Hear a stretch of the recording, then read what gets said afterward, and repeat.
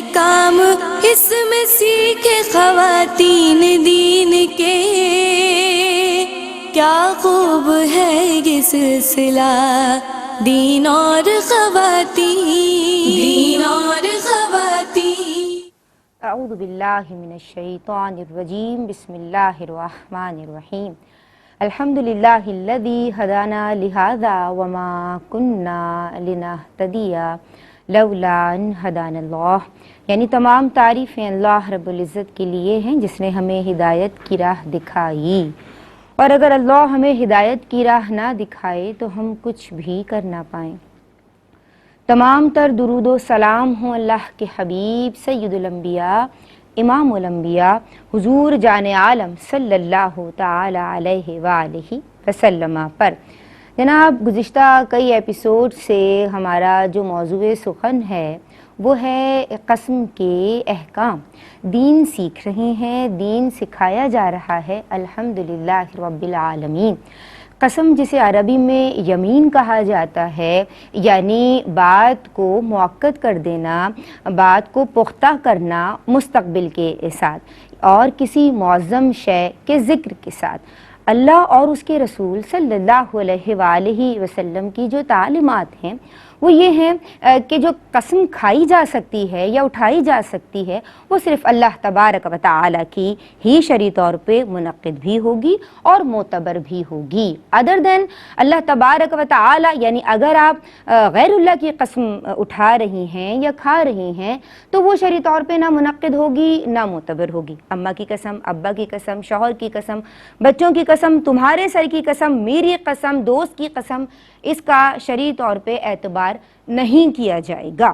یہ ہم نے بات کی۔ پھر ہم نے بات کی کہ قرآن و حدیث کو ماننے والا جو عاقل بالغ مسلمان ہے وہ قسم اٹھاتے وقت یا کھاتے وقت احتیاط کو ملحوظ رکھے، کانشیس ہو جائے۔ گفتگو ایک آرٹ ہے جناب، ایک فن ہے، اسے سیکھنا ہوگا اور بہت یعنی سوچ سمجھ کے آپ بات کیجئے۔ بات بات پہ قسم اٹھانا شرعی طور پہ مستحسن نہیں۔ یہ تو سچی قسم کی بات ہے۔ اب اگر کوئی جھوٹی قسم اٹھا رہا ہے، یعنی ماضی یا حال میں کسی ایسی بات کے لیے وہ قسم اٹھا رہا ہے یا اٹھا رہی ہے جو کہ حقیقتاً ہے ہی نہیں، تو بڑی یعنی ایسی وعید ذکر کی گئی۔ اللہ تبارک و تعالی ہم سب کو جھوٹی قسموں سے محفوظ فرمائے اور ہماری زبان جو ہے ہم وہ سوچ سمجھ کے اس کا استعمال کریں کہ اللہ تبارک و تعالی قیامت کے دن ان کی جانب بروز محشر، بروز حشر جو ہے وہ نظر رحمت نہیں فرمائے گا۔ سوچئے کتنی بڑی محرومی، اور اس کی سنگینی کا آپ اس بات سے اندازہ لگا لیجئے، بہت بڑی محرومی کی بات ہے۔ اللہ تبارک و تعالی سے دعا ہے کہ ہم سب کو بولنے کا سلیقہ سکھا دے پروردگار۔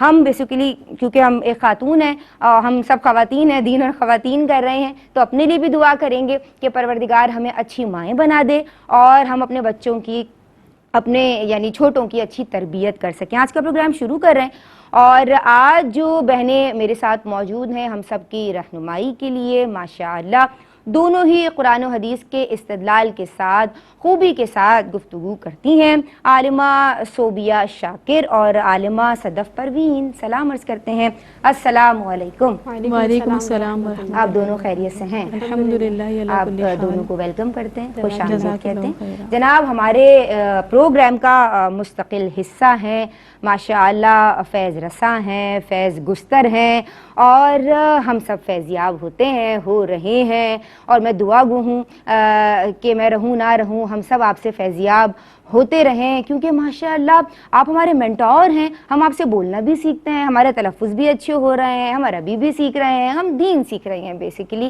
اللہ آپ کا سایہ عاطفت دراز فرمائے۔ شیخ الحدیث مفتی محمد احسن نوید خان نیازی دامت فیودہم۔ السلام علیکم حضرت۔ وعلیکم السلام ورحمۃ اللہ وبرکاتہ۔ آپ خیریت سے ہیں؟ الحمدللہ رب العالمین۔ اللہ تبارک و تعالیٰ آپ کو سلامت رکھے۔ آپ کی اجازت ہو تو سوالات شروع کروں؟ جی بسم اللہ الرحمن الرحیم۔ جی شکریہ، جزاکم اللہ۔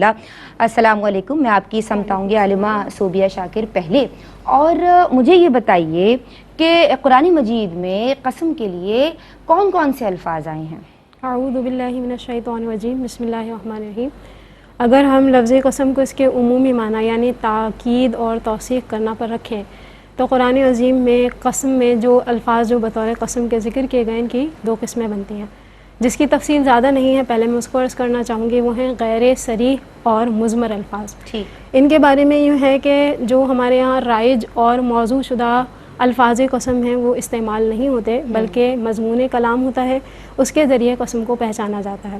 اب یہ اتنا آسان کام نہیں ہے، تو لہٰذا اس کی تحقیق، تلاش اور جستجو کے لیے بہت زیادہ، یعنی اس کی معرفت کے لیے ہمیں یہ تمام چیزیں تحقیق، تلاش اور جستجو درکار ہے۔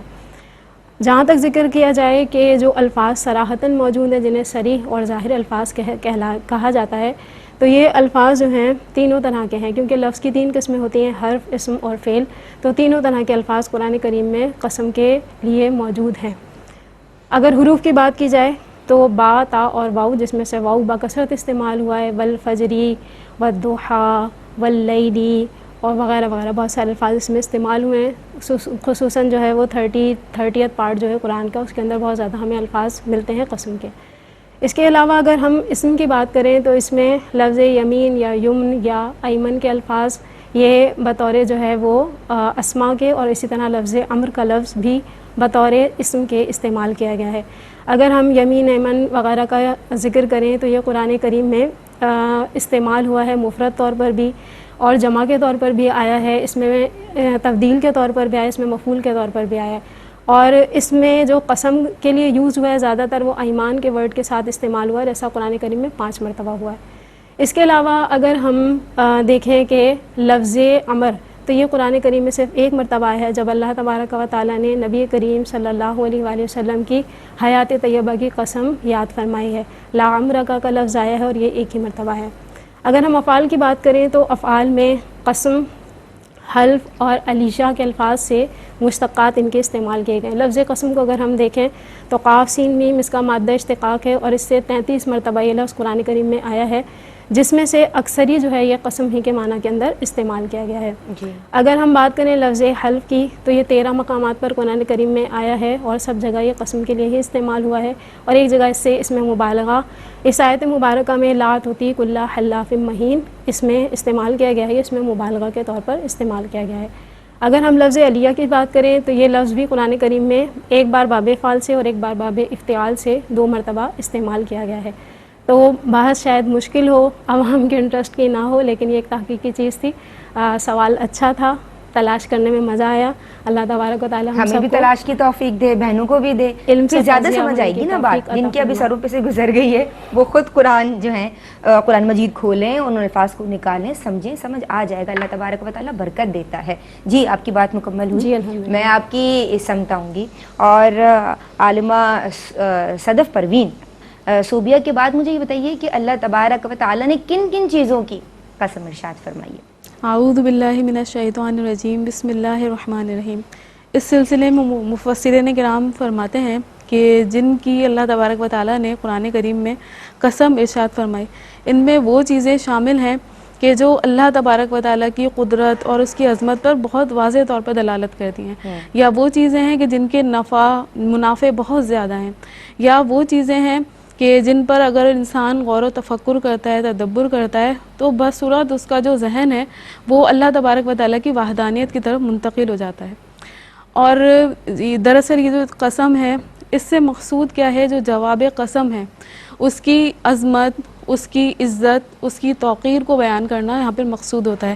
اسی طرح قسم اور جواب قسم میں جو ایک لطیف رابطہ ہے اس کو بیان کرنا مقصود ہوتا ہے۔ پھر اگر ہم اس کی اور وضاحت میں جاتے ہیں، ڈیپتھ میں جاتے ہیں، تو ہم دیکھتے ہیں کہ جن چیزوں کی قسم اللہ تبارک و تعالیٰ نے ارشاد فرمائی، ان میں وہ چیزیں بھی ہیں کہ جو مبصر ہیں اور محسوس کی جانے والی، یعنی جسے ہم دیکھ سکتے ہیں، جسے ہم محسوس کر سکتے ہیں، جن میں مشاہدات کائنات ہیں، جیسے کہ چاند، سورج، ستارے ہیں، زمین، آسمان ہے۔ اسی طرح اللہ تبارک و تعالیٰ نے ان چیزوں کی بھی قسم ارشاد فرمائی ہے کہ جنہیں ہم دیکھ نہیں سکتے، جیسے کہ فرشتے ہیں، ہوائیں ہیں ان کی قسم اللہ تعالیٰ نے ارشاد فرمائی، اسی طرح قیامت کی قسم اللہ تعالیٰ نے ارشاد فرمائی، اسی طرح جو نفس لوامہ ہے اس کی قسم اللہ تعالیٰ نے ارشاد فرمائی۔ اور دیگر مقامات پہ اگر ہم دیکھیں تو اللہ تبارک و تعالیٰ نے نبی کریم صلی اللہ علیہ وسلم کی حیات طیبہ کی قسم ارشاد فرمائی سورۃ الحجر میں، اور ایک مقام پر آپ صلی اللہ علیہ وسلم کے تمام امتوں پر شاہد اور گواہ ہونے کو بقسم بیان فرمایا۔ اسی طرح جب ہم قرآن کریم میں اور مزید اس بات کو دیکھتے ہیں تو اللہ تبارک و تعالیٰ نے وہاں پر آپ صلی اللہ علیہ وسلم کی جہاں پہ قسم ارشاد فرمائی، اسی طرح جو عبادت کے خاص مواقع ہیں، خاص جو وقت ہیں، جیسے فجر کی قسم اللہ تعالیٰ نے ارشاد فرمائی، ضحیٰ یعنی چاشت کے وقت کی قسم اللہ تعالیٰ نے ارشاد فرمائی، اسی طرح جو مقامات مقدسہ ہیں ان کی اللہ تعالیٰ نے قسم ارشاد فرمائی، جیسے مکہ مکرمہ جہاں پہ آپ صلی اللہ علیہ وسلم تشریف فرمائے اللہ تعالیٰ نے اس کی قسم ارشاد فرمائی، اللہ تعالیٰ نے طور کی قسم ارشاد فرمائی۔ تو بہت ساری جو ہے قسمیں اللہ تبارک و تعالیٰ نے ارشاد فرمائی۔ تو اللہ تعالیٰ سے دعا ہے کہ جو اللہ تعالیٰ نے جیسے قسمیں ارشاد فرمائی ان کو ہم بھی پڑھیں، انہیں سمجھیں اور ان کے مقاصد کو اپنے پیش نظر رکھنے کی اللہ تعالیٰ میں توفیق عطا فرمائے۔ سبحان اللہ، ماشاء اللہ، بارک اللہ۔ اس موقع پہ ایک بریک شامل کر رہی ہوں، اپنے لبوں کو درود پاک سے تر رکھیں۔ اللہم بسم اللہ الرحمن الرحیم۔ السلام علیکم ورحمۃ اللہ۔ جناب، دین اور خواتین میں آج کلام ہو رہا ہے قسم کے احکام کے تعلق سے۔ آپ کی کالز بھی شامل کی جائیں گی، عالمات موجود ہیں آن دی سیٹ اور آن بی پر براہ راست شیخ الحدیث استاذ العلماء مفتی محمد احسن نوید خان نیازی دامت فیودہم ہماری رہنمائی فرما رہے ہیں، ان کی سم چلتے ہیں۔ السلام علیکم ورحمۃ اللہ۔ وعلیکم السلام ورحمۃ اللہ وبرکاتہ۔ حضور، قرآن کریم میں اللہ تبارک و تعالی نے کن الفاظ میں قسموں کو ارشاد فرمایا ہے اور وہ کون کون سے الفاظ ہیں؟ آپ اپنے خوبصورت انداز میں بیان فرمائیں۔ بسم اللہ الرحمن الرحیم، صلی اللہ علیہ حبیب محمد وعلی آلہ وصحبہ وبارک وسلم۔ پہلے تو ایک بنیادی بات یہ سمجھ لیں کہ عربی زبان میں جو قسم ہوتی ہے وہ پورا ایک مکمل جملہ ہوتی ہے۔ اچھا، تو جس طرح جملے کے جو ہے وہ ارکان ہوتے ہیں، اجزاء ہوتے ہیں، اس کا ایک سٹرکچر ہوتا ہے، تو ایسی قسم کا بھی ہے۔ تو ایک ہوتا ہے مقسم بہی، ایک ہوتا ہے مقسم علیہ، اور ایک ہے حروف قسمیہ۔ مقسم بہی کا مطلب یہ ہے کہ جس شے کے ذریعے قسم کھائی جا رہی ہے، عربی زبان کی بات کر رہا ہوں، ابھی قرآن کی بات نہیں کر رہا، تو جس چیز کے ذریعے قسم کھائی جائے اسے مقسم بہی کہا جاتا ہے۔ جیسے ہم اگر یہ کہیں کہ واللہ یعنی اللہ کی قسم، تو اس میں جلالت اللہ جو ہے یہ مقسم بہی ہے۔ مقسم علیہ جو ہے قسم کھا کر جو بات آگے کہنی ہوتی ہے جسے جواب قسم کہا جاتا ہے، اسے مقسم علیہ بھی کہتے ہیں، جواب قسم بھی کہتے ہیں۔ اور حروف قسم کہتے ہیں جن حروف کو قسم کے لیے استعمال کیا جاتا ہے۔ تو 4 حروف ہیں جو قسم کے لیے استعمال ہوتے ہیں، با، واو، تا، لام۔ عربی میں اس طرح بولتے ہیں، جب ہم اردو میں بولیں گے تو بے، واو، تے، لام۔ تو یہ 4 حروف عربی میں استعمال ہوتے ہیں۔ تو کبھی ایسا ہوتا ہے کہ ان اجزاء میں سے کوئی جزء جو ہے وہ حذف بھی کر دیا جاتا ہے، یعنی ضروری نہیں ہے کہ ہر جگہ یہ سارے اجزاء موجود ہوں، کہیں جو ہے وہ حرف جو ہے وہ حذف کر دیے جاتے ہیں، بغیر حروف کے بھی قسم ہوتی ہے۔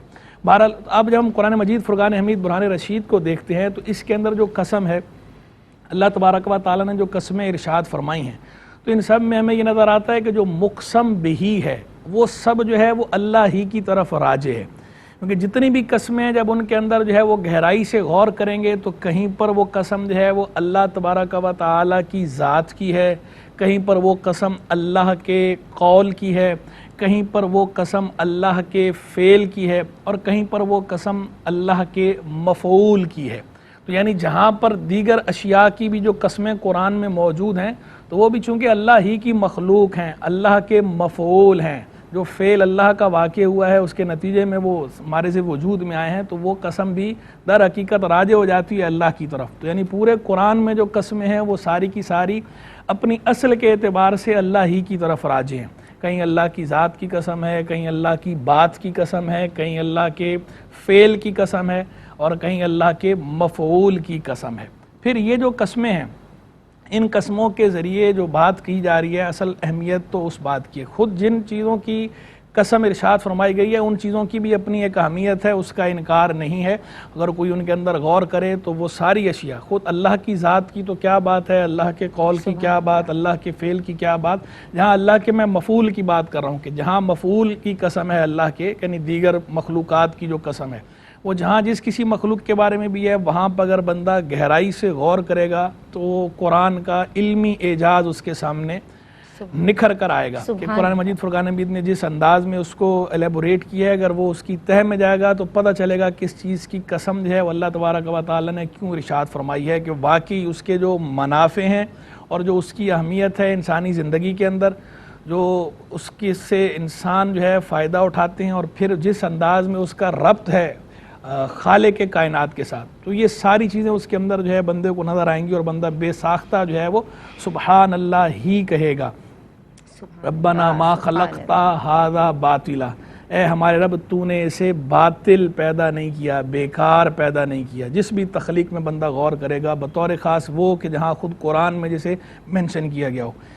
دوسری بات کہ یہ جو اصل قسم کے اندر اصل کیا ہوتا ہے، آگے جواب قسم جو مقسم علیہ ہے، جس کی قسم کے بعد جو بات کہی جا رہی ہے، جس کے لیے وہ قسم یاد کی گئی ہے، قسم ذکر کی گئی ہے، تو وہ بات جو ہے اس کی اہمیت زیادہ ہے کہ اس بات کو اللہ تبارک و تعالیٰ قسم کے ساتھ ارشاد فرما رہا ہے، تو اس بات میں بھی غور کرنا ہوتا ہے۔ اور جب ہم پورے قرآن مجید فرقان حمید کو دیکھتے ہیں تو اس کے اندر یہ جو جواب قسم ہے یہ ہمیں تین طرح کے نظر آتے ہیں۔ اصول جو ہے، اگر اصول پہ غور کریں گے تو کہیں پر ان قسموں کے بعد جو ہے وہ اللہ تبارک و تعالیٰ کی وحدانیت کا ذکر ہوگا، اللہ کی ذات و صفات کا ذکر ہوگا، عقیدہ توحید قلب میں راسخ کرنا مقصود ہوگا، اس کا بیان ہوگا۔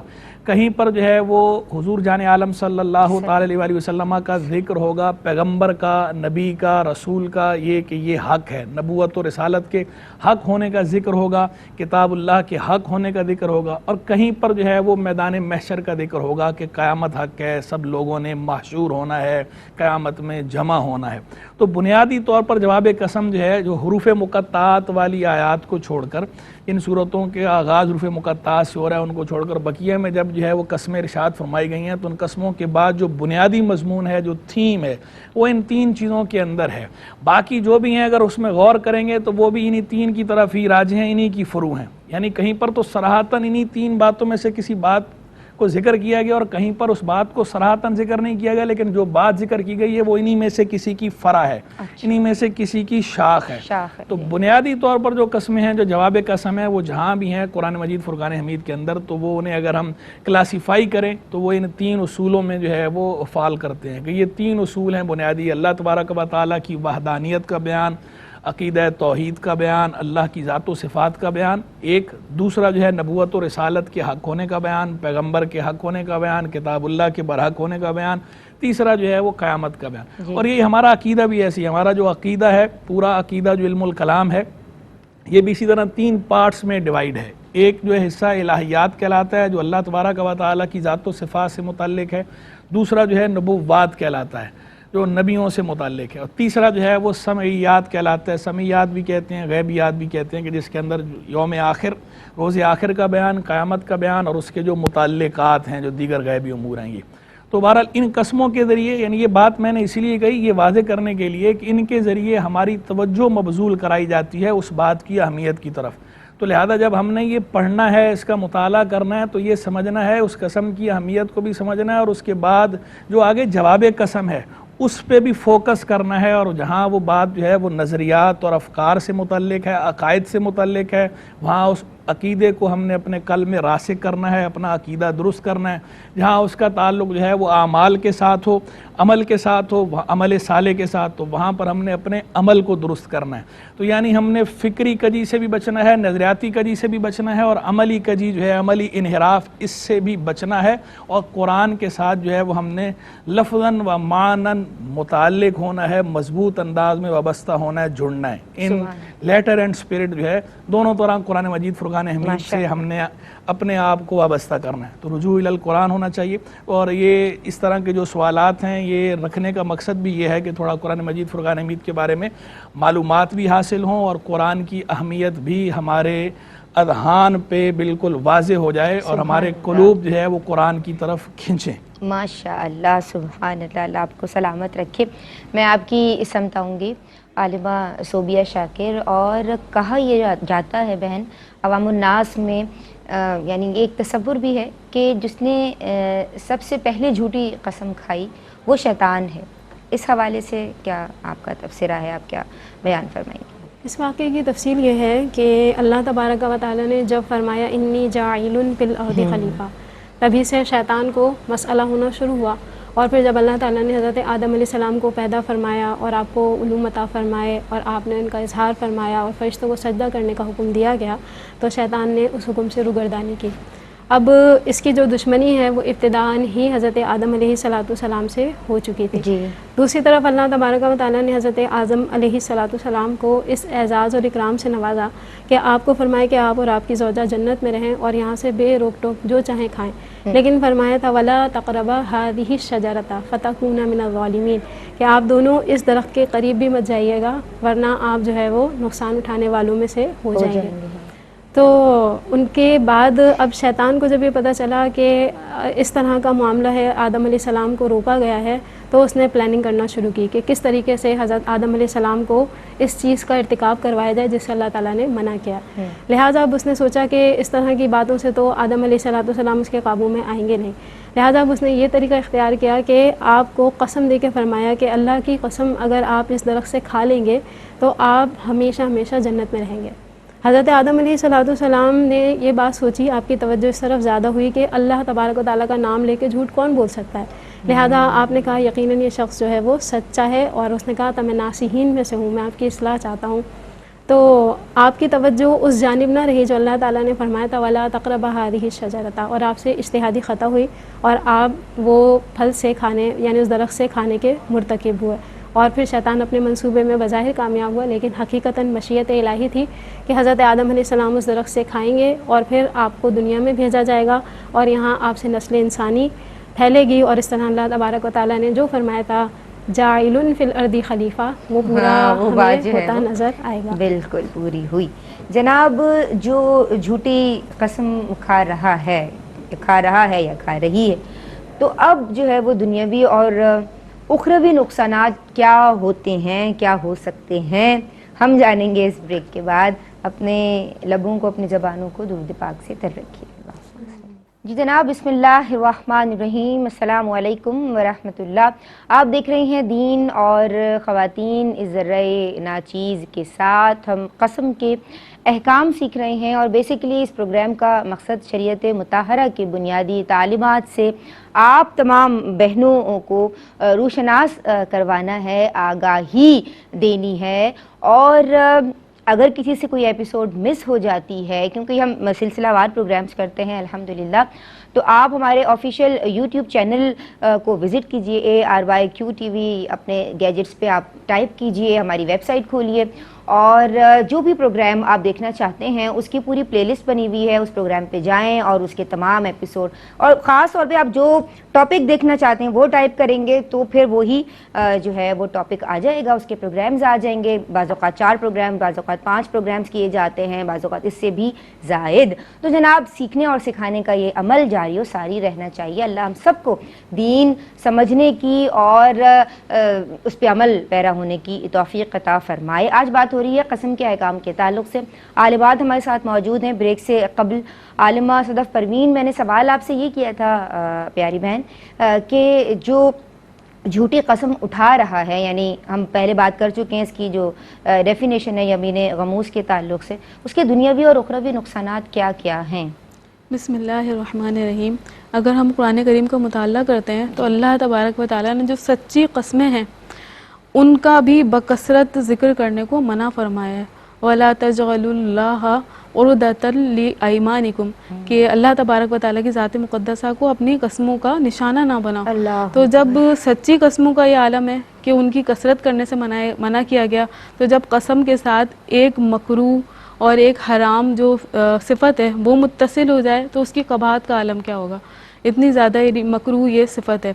اور پھر جب کوئی جھوٹی قسمیں کھاتا ہے، اگر اس کے دنیاوی نقصانات کو دیکھا جائے تو ایک آدھ مرتبہ تو شاید ہی چل جائے، لیکن جب یہ شخص لوگوں کے سامنے واضح ہو جاتا ہے، لوگ اس کو پہچان لیتے ہیں کہ یہ جھوٹا شخص ہے، جھوٹی قسمیں کھانے والا ہے، تو پھر اس کا نتیجہ کیا نکلتا ہے؟ ایسے شخص کا اعتبار اور اعتماد برباد ہو جاتا ہے، لوگوں کی نظروں سے وہ بالکل گر جاتا ہے، اس کی اہمیت، اس کی قدر و منزلت، ایک جو مومن کا وقار ہونا چاہیے وہ زائل ہو جاتا ہے۔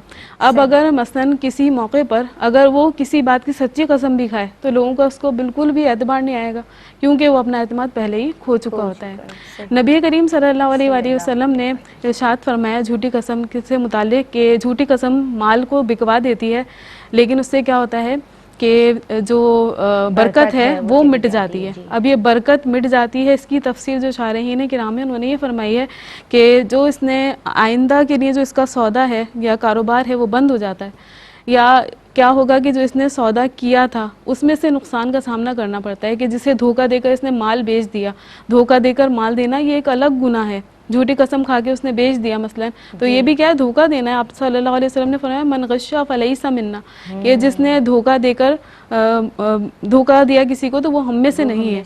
تو اب یہ دیکھیں یہ دھوکہ دے کر یا جھوٹی قسم کھا کر مال بیچ رہا ہے، تو اب جس نے خریدا ایک دفعہ وہ دھوکہ کھا جائے گا، اب وہ آئندہ اس کی دکان کی طرف نہیں جائے گا اور دوسروں کو بھی منع کر دے گا، تو یہ کیا ہے اس کی برکت یہاں سے بھی ظاہر ہو جاتی ہے۔ پھر یہ جو اس نے مال حاصل کیا یہ کیا مال حرام ہے، اللہ تعالیٰ نے منع فرمایا وَلَا تَأْكُلُوا أَمْوَالَكُمْ بَيْنَكُمْ بِالْبَاطِلِ، کہ اپنے آپس میں جو مال ہے باطل طریقے سے اسے نہ کھاؤ۔ تو اب یہ حرام مال جب کسی کے جسم میں جائے گا اس کی جو مزید قباحتیں ہیں وہ کیا ہیں وہ سامنے آئیں گی۔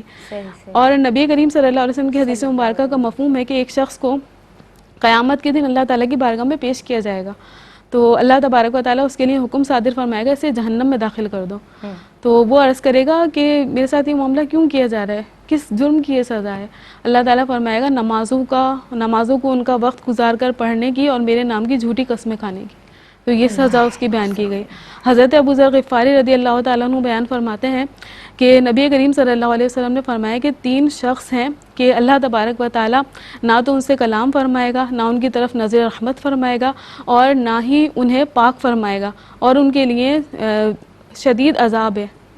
تو حضرت ابو ذر غفاری نے عرض کی کہ یا رسول اللہ پھر تو وہ برباد ہو گئے، وہ کون لوگ ہیں؟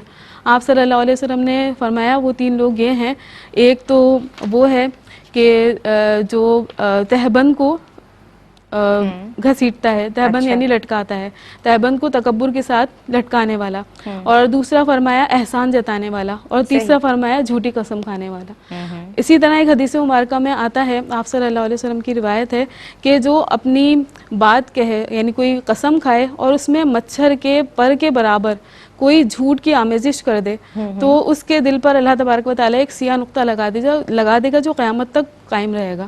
تو یہ کتنی بڑی وعیدات ہیں جو جھوٹی قسم سے متعلق بیان کی گئی ہیں۔ ایک اور روایت میں اس طرح بھی آتا ہے کہ جو جھوٹی قسم کے ذریعے کسی مسلمان کا مال دبا لے گا تو اللہ تبارک و تعالیٰ اس پر جہنم کو واجب اور جنت کو حرام کر دے گا۔ تو یہ کتنی زیادہ وعیدات ہیں۔ اللہ تعالیٰ ہمیں قسمیں بھی اگر کوئی ضرورت ہو، کوئی موقع ہو اس پر کھانے، اور جھوٹی قسموں سے ہمیشہ اعتراض کرنے کی توفیق عطا فرمائے۔ جی جناب، یہ حساس معاملہ ہے اور کتنا سنگین ہے، آپ اندازہ لگا لیجیے۔ میں آپ کی سمت آؤں گی، اور ایک تصور یہ بھی ہے عوام الناس میں کہ جس کی ایک تو غیر اللہ کی جھوٹی قسم کھائی جا رہی ہے، اور پھر جس کی قسم کھائی لوگ سمجھتے ہیں اچھا اب اس کے ساتھ برا ہوگا، یہ نقصان اٹھائے گا اگر وہ ہم نے بات پوری نہیں کی، یا تم نے میری قسم کیوں کھائی، بھائی میرے ساتھ کیوں برا ہو، اپنی قسم کھاؤ، ایسے بھی دوستیں کہہ رہی ہوتی ہیں۔ تو عند شرع کیسا ہے ایسا کہنا؟ عند شرع اس کی حیثیت جھوٹ کے سوا کچھ بھی نہیں ہے، کیونکہ ایسی کوئی چیز ہوتی نہیں۔ آپ نے بھی انٹرو میں فرمایا، ماقبل پروگرام سے بھی بات ذکر ہو چکی ہے، قسم شرعی طور پر اللہ تبارک و تعالیٰ کی ذات یا صفات سے ہی متعلق ہوتی ہے، یعنی اسی سے متعلقہ احکامات ہوتے ہیں۔ اور جو ہم کسی مخلوق کی قسم کھاتے ہیں تو وہ اس طرح کی کوئی چیز نہیں ہوتی کہ وہ شرعی طور پر قسم بن سکے۔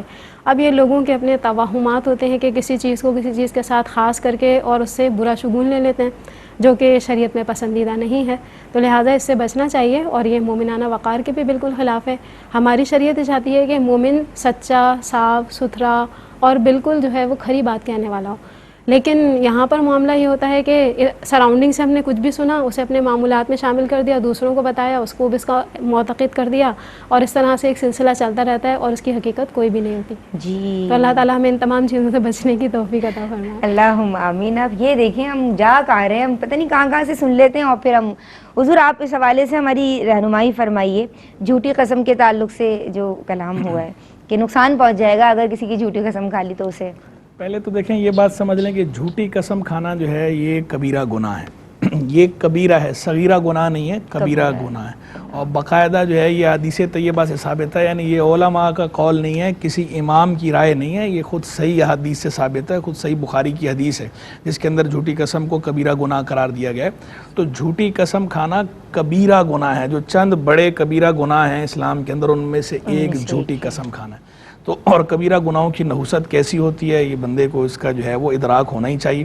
تو جو یہ کبائر ہوتے ہیں ان کی نحوست آخرت میں تو جو ظاہر ہونی ہے، جو خرابی مواخذہ ہے، اگر بندے نے توبہ نہیں کی وہ تو جو ہے سو ہے، دنیا میں بھی اس کی نحوست ہوتی ہے، اور بندہ جو ہے جو مختلف پریشانیوں میں گرفتار ہوتا ہے تو اس کا ایک سبب جو ہے یہ کبائر کا ارتکاب اور پھر اس پہ جو ہے وہ ڈٹ جانا ہوتا ہے۔ اور عام طور پر جو جھوٹ بولنے والا ہے یہ کرتا بھی ایسا ہی ہے، جھوٹی قسم کھانے والا، کہ جو ایسا نہیں ہوتا کہ ایک بار اس نے جھوٹی قسم کھا لی، بلکہ وہ اس کی عادت ہوتی ہے، وہ عادتاً جھوٹی قسمیں کھا رہا ہوتا ہے، تو یعنی وہ ایک کبیرہ گناہ کا ارتکاب نہیں ہو رہا ہوتا، بار بار کبائر کا ارتکاب اسے کر رہا یاد ہوتا بھی ہے۔ نہیں ہوتا کہ وہ کتنی بالکل، اور جب بار بار یہ کبائر کا ارتکاب کر رہا ہوتا ہے تو بار بار جو ہے وہ نحوستیں اپنے ساتھ خود ہی لگا لیتا ہے، تو جن کا اثر جو ہے وہ اس کے مال میں بھی ظاہر ہوتا ہے، اس کے کاروبار میں بھی ظاہر ہوتا ہے، اس کے گھر میں بھی ظاہر ہوتا ہے، معاشی معاملات بھی متاثر ہوتے ہیں، خانگی معاملات بھی متاثر ہوتے ہیں۔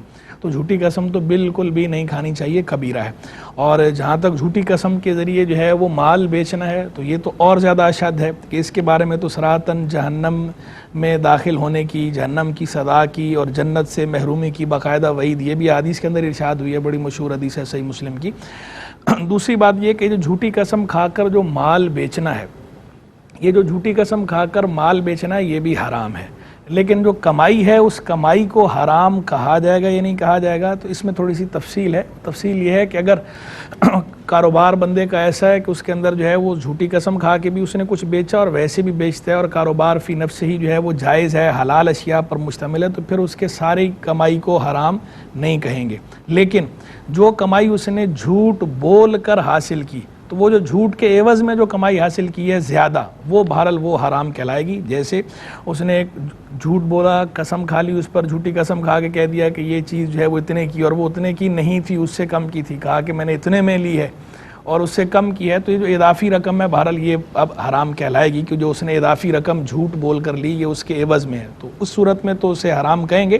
لیکن یہ صرف اسی صورت کو کہیں گے کہ جس صورت میں اس نے جھوٹ بول کر، دھوکہ دے کر وہ بات کی، جو زائد رقم لی ہے صرف اتنی رقم میں یہ حرمت کا اثر دار ہوگا۔ فعل تو اس کا یہ حرام ہے بہرحال، یعنی اسے تو ناجائز یا گناہ کہا ہی جائے گا، لیکن جو مال کے حق میں، اس کمائی کے حق میں جو حرام کا جو فیصلہ ہے کہ کمائی حلال کہلائے گی، حرام کہلائے گی، تو اتنی کمائی حرام کہلائے گی جتنی اس نے اس سورس سے حاصل کی، جھوٹ بول کر حاصل کی یا جھوٹی قسم کھا کر حاصل کی۔ باقی جس کے اندر جو ہے وہ جھوٹ کا عمل دخل نہیں ہے، یا جو اس کی اصل قیمت ہے، یا جو مناسب معقول جو اس کا منافع ہے، اس پر جو ہے وہ حرام کا اطلاق نہیں ہوگا، وہ کمائی اس کی بہرحال جو ہے وہ کمائی جائز ہوگی، لیکن یہ اس کا جو یہ فعل تھا جھوٹ بولنا یہ بہرحال حرام ہے، اور جھوٹی قسم کھانا یہ بھی بہرحال حرام ہے، اور اس کا وبال ہوتا ہے بندے کے مال میں۔ اب یہ دیکھیں حضور جان عالم علیہ السلام نے تو مطلق قسم کے لیے فرمایا ہے، جھوٹی قسم مطلق قسم کے لیے یہ بات ارشاد فرمائی ہے کہ منفقہ للسلع ممحقہ للبرکہ، کہ سلع یعنی سامان کو بکوا دیتی ہے قسم، اور برکت کو مٹا دیتی ہے۔ تو اگر جو ہے وہ قسم جو ہے سچی قسم جو ہے اگر وہ کثرت سے کھائی جائے بار بار، اور مال پہ اس طرح کھائی جائے، تو وہ مال کی برکت مٹا دیتی ہے۔ تو جو جھوٹی قسم ہے وہ اس کا وبال کیا ظاہر ہوتا ہوگا مال میں، اور اس سے برکت کا کیا تصور۔ اور عام طور پر ایسے لوگ پریشان ہی رہتے ہیں جو اس طرح جھوٹ بول کر جو ہے وہ کاروبار کرتے ہیں، جھوٹی قسمیں کھا کر وہ کرتے ہیں، تو ایزی کم ایزی گو، جیسے جو ہے وہ آتا ہے اسی طرح نکلتا بھی ہے، کبھی یہ پریشانی، کبھی وہ پریشانی، کبھی یہ آپریشن، کبھی وہ آپریشن، کبھی یہ بیماری، کبھی وہ بیماری، کبھی ایکسیڈنٹ، مختلف چیزوں میں وہ مال بہرحال نکلتا رہتا ہے، رہتے وہ پریشانی ہیں، قلبی سکون نہیں ہوتا، اطمینان قلب کی دولت نصیب نہیں ہوتی۔ پچھلے پروگرام میں ایک بہن نے کال کی، میں اس بات کمپلیٹ کرنا چاہتا تھا۔ ٹھیک، اطمینان قلب جو ہے وہ نصیب نہیں ہوتا، تو اس لیے جو ہے وہ جھوٹی قسم جھوٹ سے بھی بچنا چاہیے اور جھوٹی قسم سے بھی بچنا چاہیے, اور جو سچی قسم ہے وہ بھی بوقت ضرورت ہی کھائی جائے. پہلے بھی میں کئی دفعہ کہہ چکا ہوں کہ سچی قسم بھی بلا ضرورت نہ کھائی جائے. رہ گئی بات یہ کہ جو یہ قسم اس طرح کھائی کسی نے, یا دوسرے کو قسم دی یا دوسرے کے نام کی قسم کھائی, تو اس کا وبال ہوگا یا نہیں ہوگا, جو آپ نے پوچھا کہ اس کا اثر جو ہے اس پر کوئی مرتب ہوتا ہے, نہیں, تو اس کا نہیں ہوتا. بندہ اپنے کیے کا ذمہ دار ہے, دوسرے کے کیے کا بندہ ذمہ دار نہیں ہے. کوئی اگر آپ کے نام کی جھوٹی قسم کھائے تو اس کی نوسط اسی کے ساتھ ہے, اس کا وبال اسی کے سارے, اس کا آپ کے ساتھ کوئی تعلق نہیں, جبکہ آپ شریک نہ ہوں.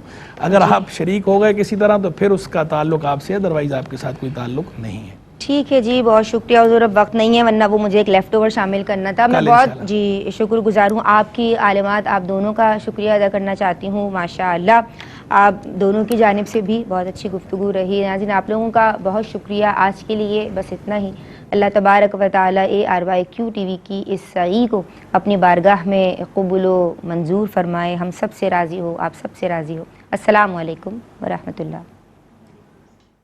بہرے نصاب دیکھیے آقا کے فرامی, اوج کمال پر ہے وہ تابندہ مضامی. احکام اس میں سیکھے خواتین دین کے, کیا خوب ہے یہ سلسلہ دین اور خواتین.